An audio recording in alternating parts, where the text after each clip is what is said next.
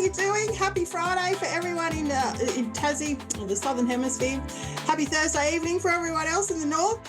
How y'all doing? I hope you're good. I'm fantastic. And I'm not going to sit here waffling much today because I always get frustrated when I run out of time with my caller. I only just start getting into it, then it's like, oh shit, I got to go.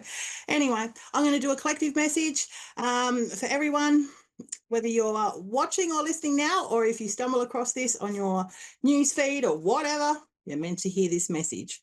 All right, let me focus. I'm reading today with my Light Seers Tarot deck, which is one of my favorites. This one here.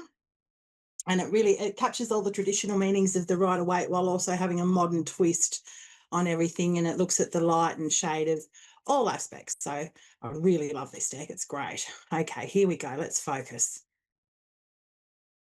The Three of Wands. This is a great card for when it comes to if you're waiting on something to happen, or if you're it's a little bit about timing, this one, and it can sort of feel like you're standing there forever waiting for that wave to come in, waiting for that ship to come in, because it's often relying on other people, this card. And it means that this is about divine timing. So it means that support is coming, or partnerships are coming, or something that has to do with working with others.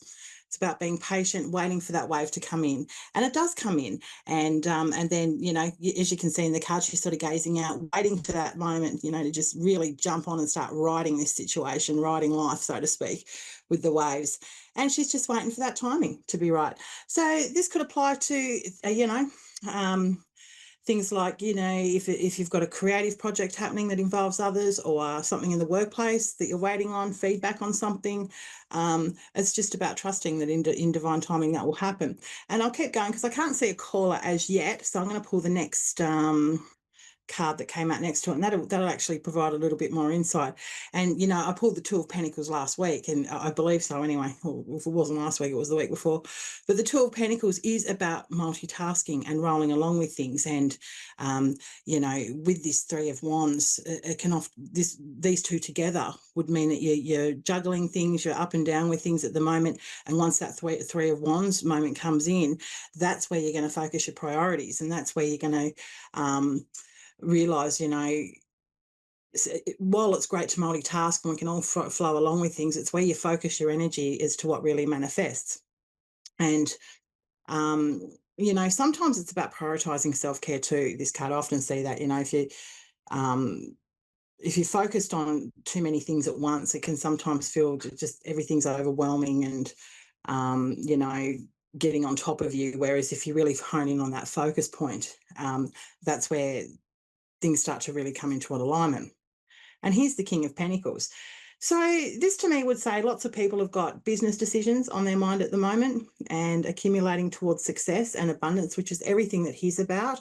This is a character, masculine energy, 40s onwards, who has plenty of life experience and has certainly worked hard to have everything that they have. And you can see in the picture here, he's sort of sitting back, enjoying life, because he's worked for everything that he has, and he's reflective and appreciative, and he's also quite generous too, not only sharing his knowledge and his skills, but also with financial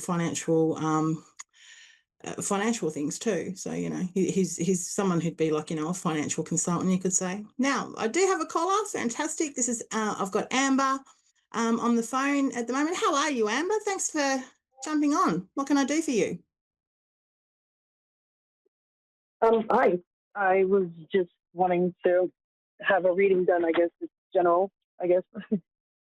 Sure, no worries at all. I was sort of getting into the collective message there, pulling card for card, waiting for someone to ring, and it turned out to be quite a good one, in terms of finances and abundance and things like that, and cooperating with others. And it's quite applicable to me at the moment, that one.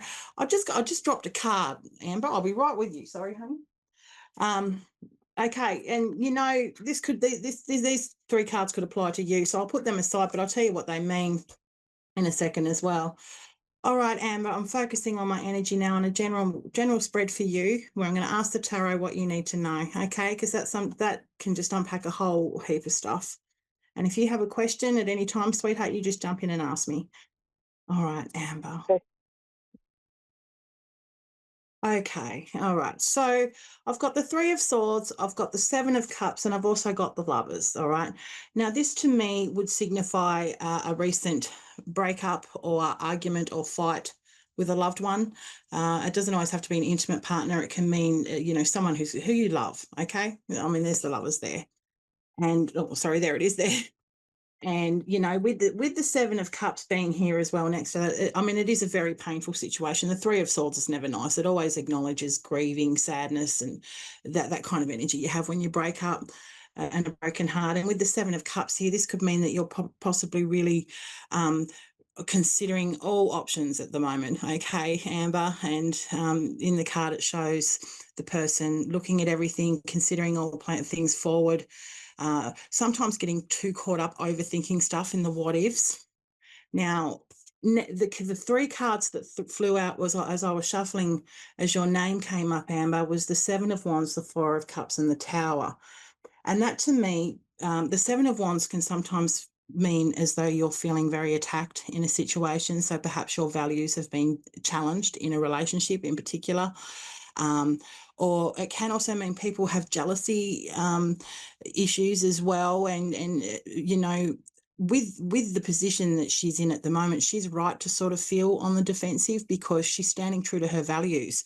And I believe that's what would apply to your situation, and perhaps some of the triggers that have happened here with the Three of Swords, with that sadness and stuff. And there's the Four of Cups and the Tower. So that would suggest, Amber, a big, huge, sudden upheaval to shake your life up and your relationships, okay?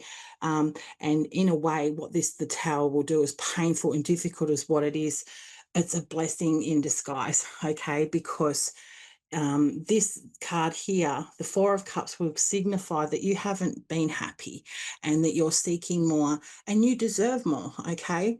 And the Tower moments happen. So some kind of disasters happen here, or an argument or a fight or a breakup, to bring you back into alignment so that you've got an opportunity now to rebuild things, okay, on much stronger foundation. Now, let me keep unpacking that. Is this making sense for you? Because please tell me if not, because that helps me to learn, and that means that I'm interpreting the cards wrong.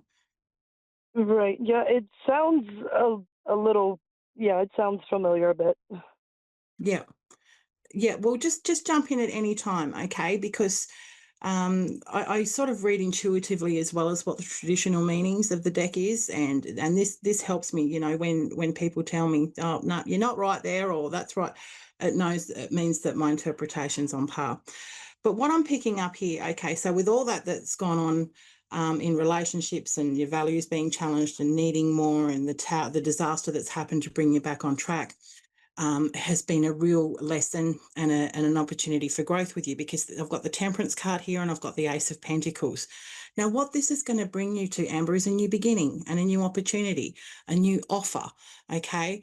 Now, I mean, that other reading I just did there, that could apply to a career or a job or something like that. I am picking up it's more to do with relationships because of the cups, Mm. the two cups that are there.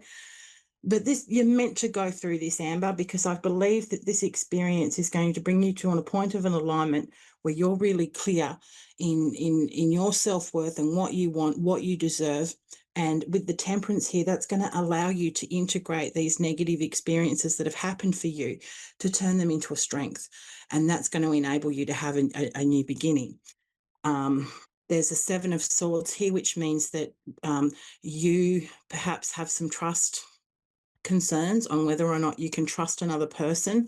Um, and this could be due to past stuff. This is the Six of Cups, and the Six of Cups is a very nostalgic card that will come up often to either bring up something, some lesson or some memory that's happened in the past that is influencing your decisions now moving forward. It can also indicate children, something from your own childhood, or something to do with your own kids, even.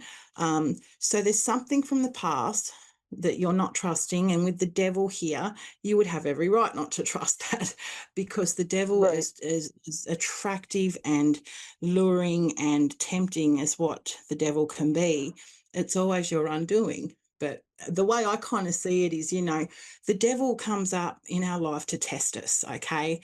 And that's a metaphorical situation, literally, where you can be involved in a toxic relationship with somebody and, discover things about your own self as well that perhaps, you know, might not be the best for you on the long run, but the devil will test you. And the devil's here at the moment to remind you that what's happened in the past, okay, is something that could be testing you again or something that you're determined now to overcome. All right. The devil can mean things like I said, toxic behaviors. All right. So if you want me to elaborate, that can be addictions like alcohol and drugs. It can be sex, lust. It can be gambling. It can be anything that's kind of goes after that primal beast instinct. That's what the devil's all about in the tarot. And with the hermit here, I do feel that you have really withdrawn from all of this, Amber. I feel that you've spent a lot of time in solitary, going within, and working out these priorities, which would link straight back into the love, the first few cards that I pulled for you, and you're now contemplating your options moving forward. You have so many new beginnings coming up, okay? With the Fool here and the Moon, wow, these are big cards, Amber. This is big life-changing stuff. You're going to be dealing with a lot of stuff that's been suppressed and resurfacing. You could be tempted again, okay, in a relationship. I'm picking up it's a relationship and something along those lines where I really do believe that you're going to resist that temptation now, okay? You might want to still be there to support this person with whatever journey they're going through, but in a way you've emotionally detached. I do get that, and that's what the new beginning's all about. And that's going to bring you to healing and also good health too, like physically, with the stress that emotional things like this can put on us. It's horrendous, and with the Page of Pentacles here, that does signify to me that you're doing a lot of healing, Amber, and you're on the right path. And just trust, I suppose, that all the negative things that you've been through have made you stronger. And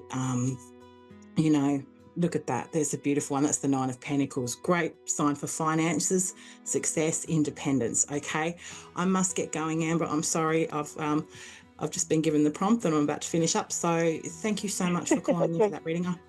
I hope it was helpful for Thank, you. Everyone else, take yes, care and thank you have a so much. good weekend. Thank you. And I'll see you next week. Cheers. Bye-bye.